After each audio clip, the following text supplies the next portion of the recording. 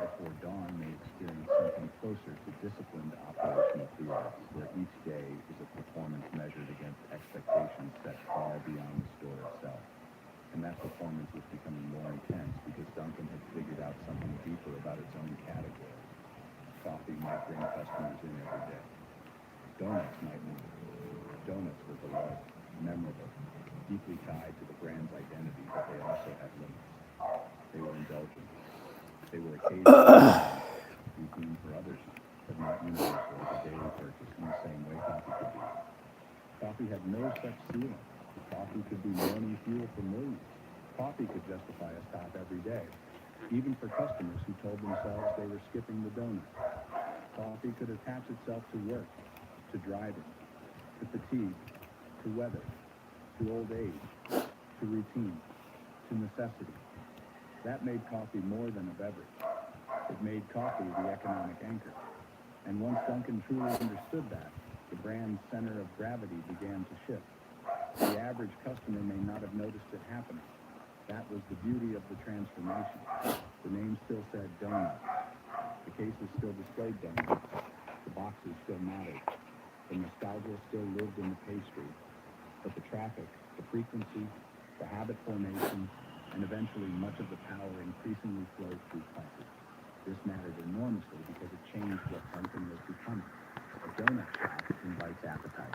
A coffee chain can command routine. A donut may be remembered fondly.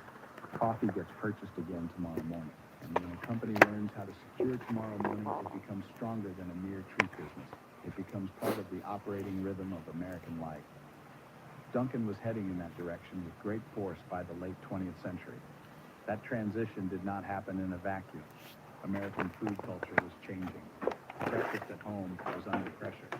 Families were busier. Women were entering the workforce in greater numbers. Commutes were stretching. Convenience foods were everywhere. Fast food chains were fighting for morning business. The drive-thru was changing expectations across the industry. Coffee itself was beginning to occupy a larger commercial and cultural role. And through all of this, Dunkin' had one immense advantage over many of its competitors. It did not need to invent a morning identity. It already owned one. What it needed to do was harden that identity into a broader business system. More stores, faster service, more coffee volume, more standardization, more reasons to return, more dependence on the brand's ability to deliver the same experience across location after location. The evolution sounds almost bloodless when described in business terms. Expansion, efficiency, system growth. But behind those clean words is the reality that each layer of operational complexity increases the pressure on the people inside the stores, the workers, the managers, the franchisees, the suppliers, the local owners. An empire built on simplicity for the customer often requires great complexity behind the counter. That, too, is part of the dark story. Dunkin' sold ease. The system produced strain. Every smooth morning transaction depends on preparation, timing, staffing, inventory, equipment, cleanliness, speed, and consistency, all before many customers are fully awake. The more the brand leaned into coffee, drive-through traffic, breakfast sandwiches, and expanded morning volume, the harder the work became. And yet, the outward image stayed friendly, modest, almost comforting. That split between image and operational reality is one of the most revealing aspects of the company's history. The customer sees a familiar cup. The store experiences an unforgiving clock. The customer sees routine. The operator sees labor, cost control, and relentless repetition. The customer sees a stop that feels personal. The system sees throughput. This is not unique to Dunkin', but Dunkin' was especially effective at disguising industrial discipline beneath the language and colors of familiarity. By the 1980s and into the 1990s, Dunkin' was no longer just a strong regional chain with growing ambitions. It was a major force, especially in the Northeast, where it embedded itself so deeply into the local culture that it began to feel less like a business and more like a civic fixture. That is one of the most remarkable things a brand can achieve. When people stop talking about it as a chain and begin talking about it as part of ordinary life, the brand has crossed an invisible threshold. It has become normalized. And normalization is a powerful shield. Consumers may criticize corporations in the abstract, but they rarely scrutinize the one attached to the cup in their hand every morning. Dunkin' benefited enormously from that emotional insulation. It was not seen the way some larger food corporations were seen. It did not carry the same national suspicion as a faceless conglomerate, even as it increasingly functioned like one. Its stores felt smaller. Its products felt simpler. Its role felt familiar. That familiarity was one of its greatest strategic assets. Yet familiarity can also freeze a brand in public memory long after the business behind it has changed. Many Americans, especially older Americans, carried an image of Dunkin' rooted in a more modest era. A counter, a rack of donuts, a practical cup of coffee, a place with no airs, no drama, no pretension, but the company was evolving beneath that memory. As competition sharpened, especially with the rise of new coffee culture in America, Dunkin' had to adapt. It could not remain merely the old donut shop and expect to survive indefinitely. It needed to protect its working-class accessibility while answering a country increasingly willing to pay more for beverages, breakfast variety, convenience, and branding. That balancing act is one of the most important chapters in the story because it reveals the ruthlessness hidden inside what looked like a humble chain. Dunkin' did not remain large by standing still. It remained large by reshaping itself without terrifying the customer base that had made it strong in the first place. That is not easy to do. Food companies often fail at it. If they change too little, they get left behind. If they change too much, they break the emotional contract with the customer. Dunkin' walked that line with considerable skill. It expanded the beverage business. It widened the breakfast offering. It built around speed. It modernized stores. It leaned harder into the coffee identity. But it never completely abandoned the visual and emotional cues of the old brand. It let customers feel continuity while management pursued transformation. That is a sophisticated corporate maneuver, and it shows just how far Dunkin' had moved from being simply a donut company. What the public often remembers as continuity was, from a business standpoint, calculated transition, and every transition came with consequences. Because once coffee became more central, product mix changed. Once speed mattered more, operations intensified. Once drive-through traffic became crucial, locations had to be positioned, staffed, and run with even more precision. Once breakfast sandwiches and other food items entered the equation in a bigger way, the simplicity of the old counter shop became harder to maintain. Simplicity had been one of Dunkin's founding strengths, but scale and adaptation tend to punish simplicity. The bigger the machine, the more parts it needs. The more parts it needs, the more strain falls on execution. Yet none of that could be allowed to show too clearly to the customer. The store still had to feel easy. The brand still had to feel familiar. The stop still had to feel like a small comfort. That emotional illusion became one of the company's most valuable assets, perhaps the most valuable. Then came one of the most revealing slogans in modern food marketing. America runs on Dunkin'. Simple words, catchy words, brilliant words, because they did more than advertise. They elevated the brand from a seller of products into a partner in national motion, not a luxury, not an occasional indulgence, a necessity woven into daily life. America runs on Dunkin'. The line implied speed, energy, utility, dependability, and national scale all at once. It was one of the clearest public expressions of what the company had already become. Dunkin' was not merely asking for affection, it was claiming function, claiming relevance, claiming to help power the country itself. There is tremendous ambition hiding inside a slogan like that. It tells you how the company saw its place in the culture, not as a bakery, not even simply as a coffee chain, but as infrastructure for everyday life. And if a brand becomes infrastructure in the public imagination, then the business behind it can become extraordinarily resilient.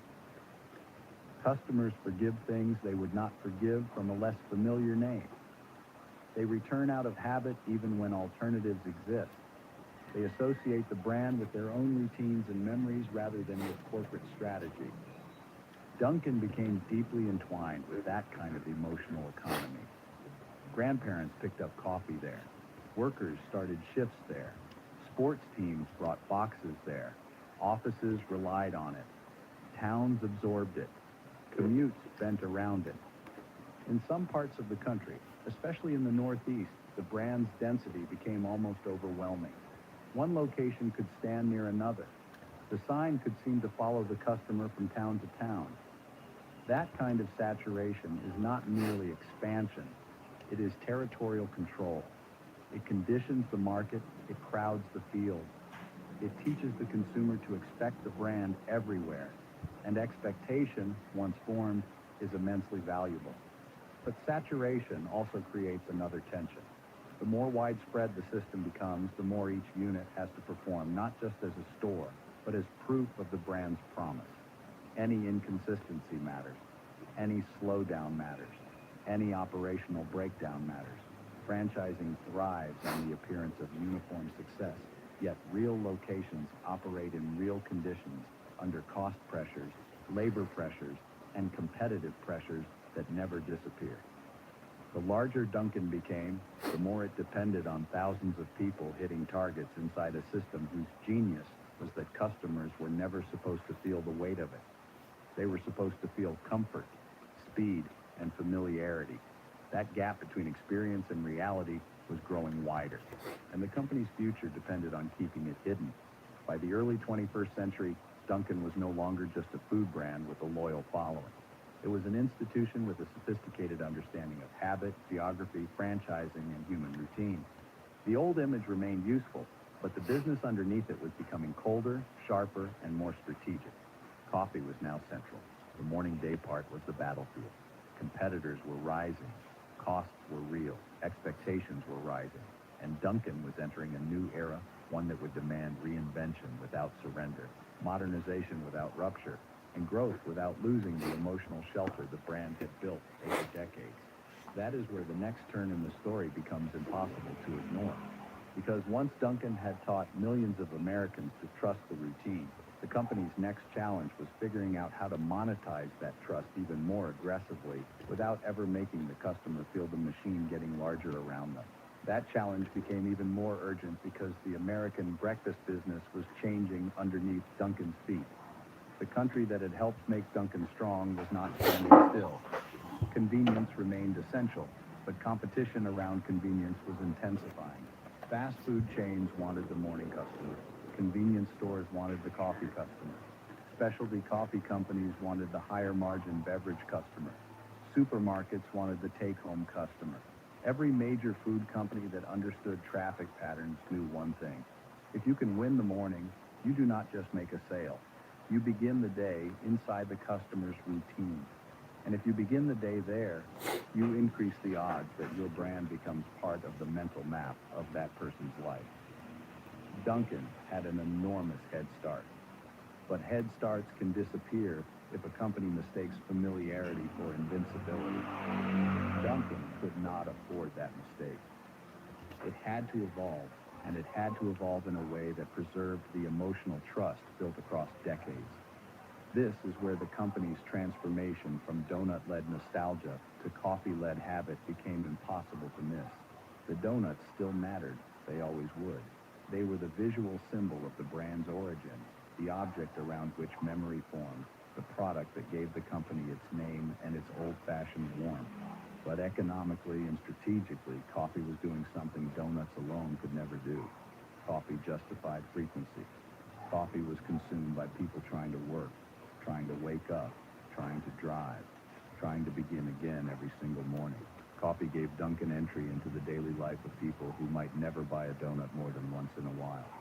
And once a chain becomes a coffee habit rather than merely a pastry stop, its relationship to the customer changes. It moves from indulgence to utility, from treat to tool, from pleasure to routine necessity. That shift is where the empire hardened.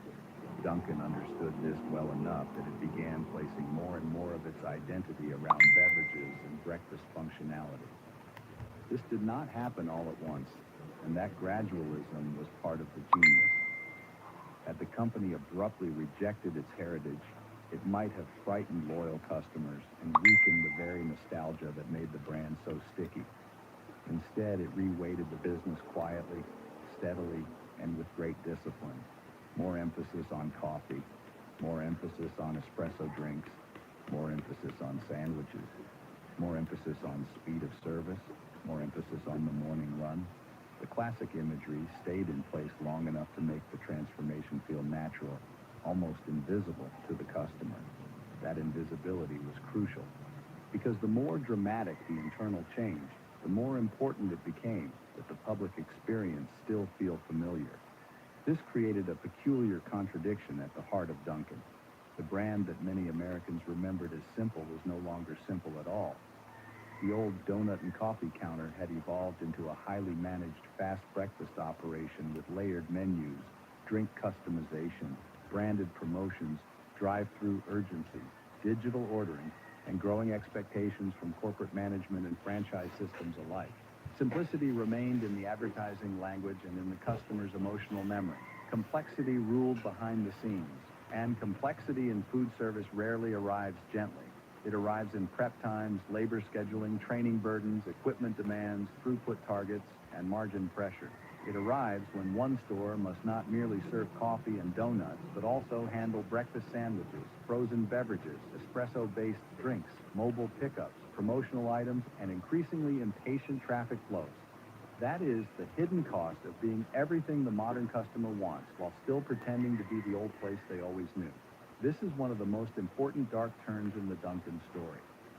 Not because it involved a single public scandal, but because it revealed the company's central strategy with unusual clarity.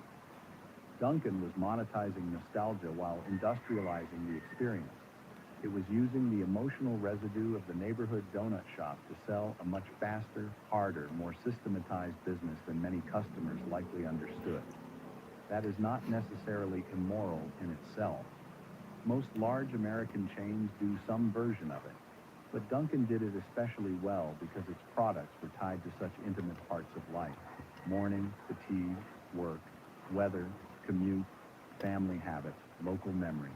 That gave the company access to emotional territory much richer than a generic fast food operator might enjoy. And once a corporation learns how to live in that territory, it becomes very difficult to dislodge. Yet success in one era can become a trap in the next. As Starbucks rose and reshaped American expectations around premium coffee, cafe culture, and beverage sophistication, Dunkin' faced a potential identity crisis. It could not imitate Starbucks too closely without alienating the very people who liked it, because it was not Starbucks. But it also could not ignore the broader changes happening in how Americans consumed coffee. Coffee was becoming more than a plain hot beverage grabbed before work.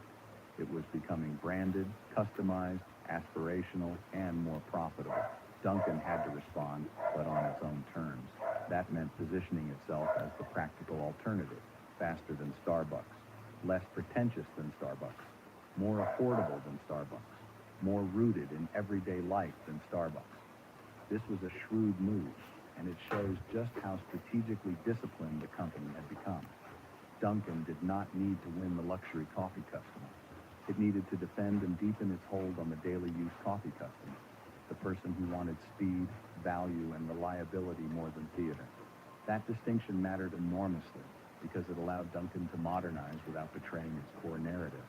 It could introduce espresso beverages and upgraded drink options while still presenting itself as the place for ordinary Americans. It could improve menu breadth while still framing itself as uncomplicated. It could expand food offerings while still appearing accessible. This balancing act protected its base and widened its reach. But it also tightened the grip of the system on franchisees and workers. Because every additional product, every new beverage platform, every breakfast item, every promotional cycle, every technological change demanded execution. And execution in a franchise network is where pressure accumulates. Corporate strategy becomes local burden. Brand ambition becomes morning labor. National positioning becomes a 5 o'clock alarm and a relentless shift. Dunkin' was hardly alone in leaning harder into labor-intensive speed and breakfast complexity, but its success made the stakes especially high. Customers had come to expect fast service. Drive-thrus had conditioned them to think in minutes, even seconds. Mobile ordering and app-based convenience would later intensify that expectation further. The brand's promise, always implicit, became even sharper. We know your morning. We know your rush. We know your route. We know you will come back if we make this easy enough. In that promise lies both the brilliance and the darkness of the business model. Because the more a company aligns itself with urgency, the more it lives under the tyranny of urgency. Slow service becomes a threat. Staffing gaps become dangerous. Equipment breakdowns become more than annoyances. The whole machine depends on frictionless repetition. And repetition at that scale is never as soft as the customer experience makes it look.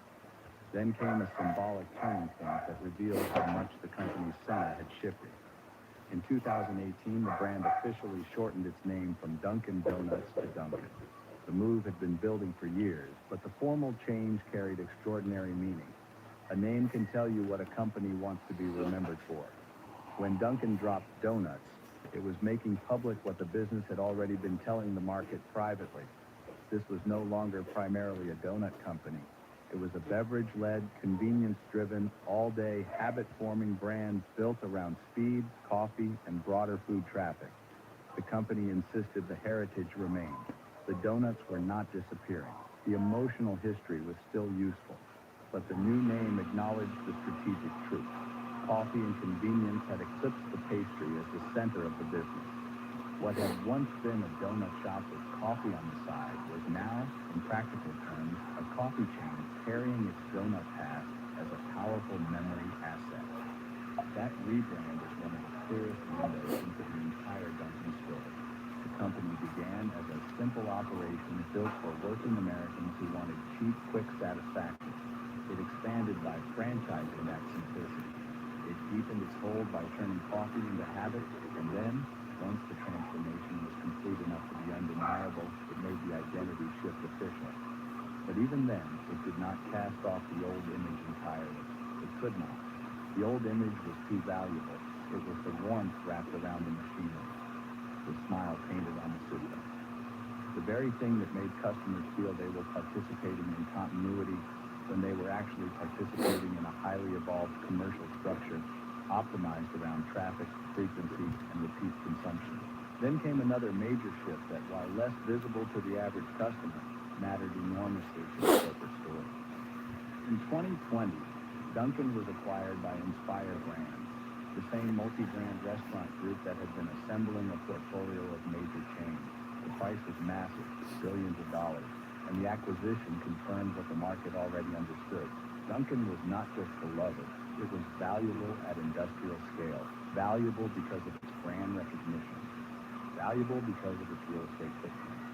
Valuable because of its beverage economics. Valuable because of its franchise network. Valuable because it had succeeded in embedding itself into daily life in a way few companies ever do. The sale was not simply a financial event. It was the market's cold, clear acknowledgement of what Dunkin' had become. An empire of routine. A machine whose familiarity had enormous monetary value. This is where the American greed-style core of the story comes fully into view. Not greed in the cartoon sense of a villain twirling a mustache over a coffee cup. Greed in the more American, more sophisticated sense. The relentless pursuit of scale through something so ordinary that people stop examining it. The steady expansion of a system because it works. The monetization of daily life because daily life is predictable. The refinement of the franchise structure because it multiplies reach while dispersing local risk. The company did not need to shock the public. It needed to become indispensable to enough people, often enough, for long enough. Once that happened, financial power followed naturally. The same stock that looked harmless to the customer looked extraordinarily attractive to investors, acquirers, and corporate strategists. But indispensability is not a peaceful condition. It is a demanding one. The more the market depends on you, the more every store, every worker, every franchisee, every logistics decision, every menu innovation, every digital platform, and every pricing choice matters. The company that once sold a cheap cup of coffee and a donut was now defending a far more complex empire against competition from every side. Fast food breakfast chains could pressure traffic. Convenience stores could pressure coffee. Grocery and packaged coffee brands could pressure at-home behavior. Premium chains could pressure aspiration. Local shops could pressure authenticity. Dunkin' had to remain familiar enough to keep its loyal base, modern enough to avoid irrelevance, fast enough to match changing expectations, and profitable enough to satisfy a large corporate future. That is a brutal set of demands, and brutal demands have a way of reshaping the institutions that live under them. What made Duncan so impressive also made it vulnerable to a certain kind of argument. The company could not just be loved. It had to perform. It had to defend its day part. It had to modernize stores. It had to refine digital ordering. It had to push beverage innovation. It had to preserve brand consistency. It had to keep franchisees alive. Every one of these objectives sounds reasonable in business. But together, they produce a system where the old softness of the brand image becomes increasingly detached from the steel underneath. Customers still saw familiarity. The business increasingly ran on metrics, throughput, and strategic adaptations. In that sense, Dunkin' did not merely grow older. It grew colder, not outwardly. Outwardly, it remained bright, friendly, and approachable. But structurally, it became a modern, disciplined, highly valuable network whose success depended on doing one thing better than almost anyone else in American food service, turning ordinary repetition into dependable revenue. And that is the real transition point in the story. Because once you understand that Dunkin' mastered repetition, the whole history looks different. The logo looks different. Coffee looks different. The drive-thru line looks different. The franchise agreement looks different. Even the old donut box looks different. What once seemed like the residue of a simpler concept begins to reveal itself as part of a much larger commercial architecture. An architecture built patiently, built intelligently, and built with a deeper understanding of American behavior than most people ever realize. That realization leads to the final and most unsettling question. If Dunkin' became a giant by turning comfort into system and routine into revenue, then what exactly did America lose while it was known as a trusted hub in its name? What America lost was not simply an old donut shop. It lost the illusion that a company can become this large, this disciplined, this valuable, and still remain exactly what people remember as being.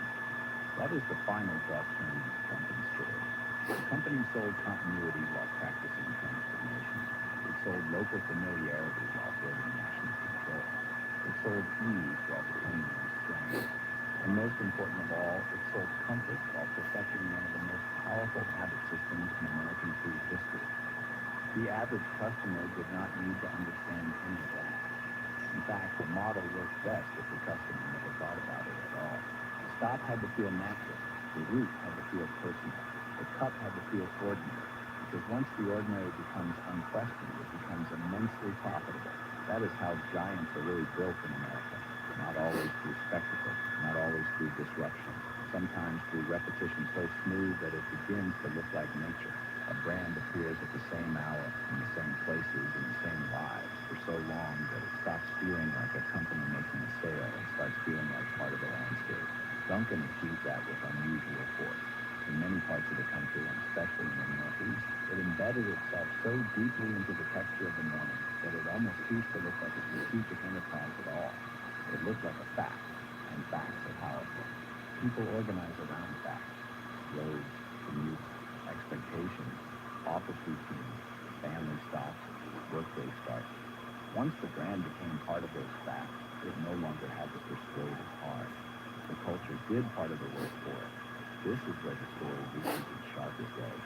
Because a company that lives inside routine acquires a kind of silent leverage over the people who rely on it, not in some theatrical or sinister way, in a more mundane and therefore more effective way.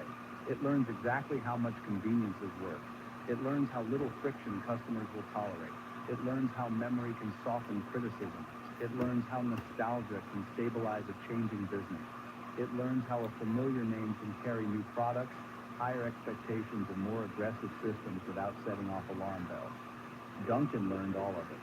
That is why the chain's rise was not just commercial. It was behavioral. The company studied the morning and then built itself so thoroughly around the morning that millions of Americans gradually adapted to the structure it offered. And once that happens, the company is no longer just responding to life. It is shaping it. The customer says he is simply stopping for coffee. But the route has been trained. The timing has been trained. The expectation has been trained. The logo feels comforting because it has been allowed to accompany life's repetitions for decades. The company becomes part memory, part utility, part reflex. That is a level of market power far deeper than a single transaction. It is the kind of power most businesses spend fortunes trying to buy and still never achieve. Dunkin' did achieve it. One store at a time, one franchise at a time, one morning at a time. And because it happened so gradually, it rarely looked like domination. It looked like familiarity. But familiarity can hide hard truths. Behind every smooth experience is a network of obligations. The franchisees must produce. The workers must move fast. The stores must hit standards. The systems must hold. The supply chains must feed the volume. The branding must remain cheerful, even when the business underneath it has become increasingly unforgiving. A customer walking into Dunkin' sees a simple choice: coffee or sandwich, hot or iced, cream or black. A worker inside the system may see a very different picture. Speed targets, drive-through lines, morning rushes, staffing decisions, product timing, equipment demands, cleanup, prep, inventory. Every giant chain has this hidden world, but Dunkin's public image often concealed it especially well because the brand never looked severe. It looked friendly. It looked practical. It looked almost modest. Yet modesty can be one of the most effective disguises in American commerce. The dark story of Dunkin' is not that it tricked America with a lie. It is that it understood America with unusual precision. It understood that millions of people do not want a dramatic breakfast experience. They want certainty. They want warmth in the hand, caffeine in the system, a manageable price, and the feeling that life is continuing scheduled.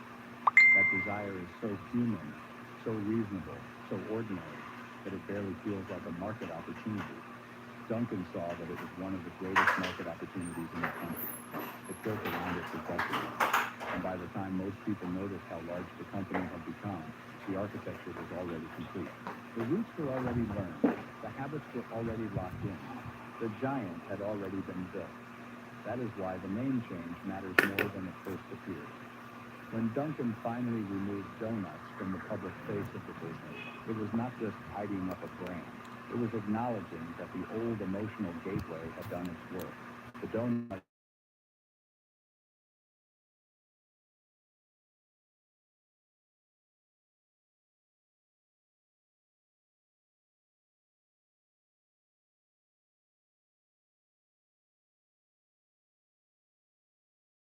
leavened. Speed was the promise. Habit was the engine. And franchising was the weapon that multiplied it all. Once you see those pieces together, the company's history stops looking like a simple food success and starts looking like something much more formidable. This is the moment when the entire story turns.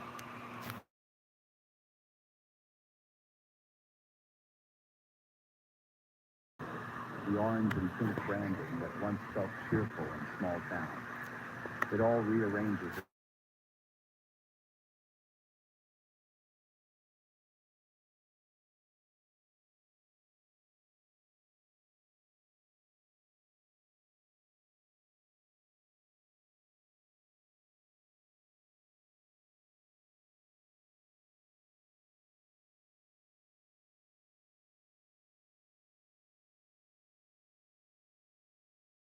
soft enough to promise the sugar, familiar enough to lower defenses, strong enough to survive even as the company underneath it transforms.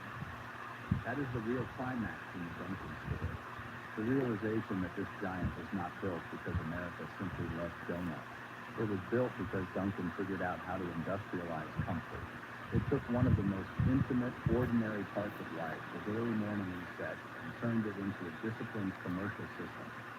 It sold warmth, but it ran on precision. It sold neighborhood familiarity, but it scaled in personality.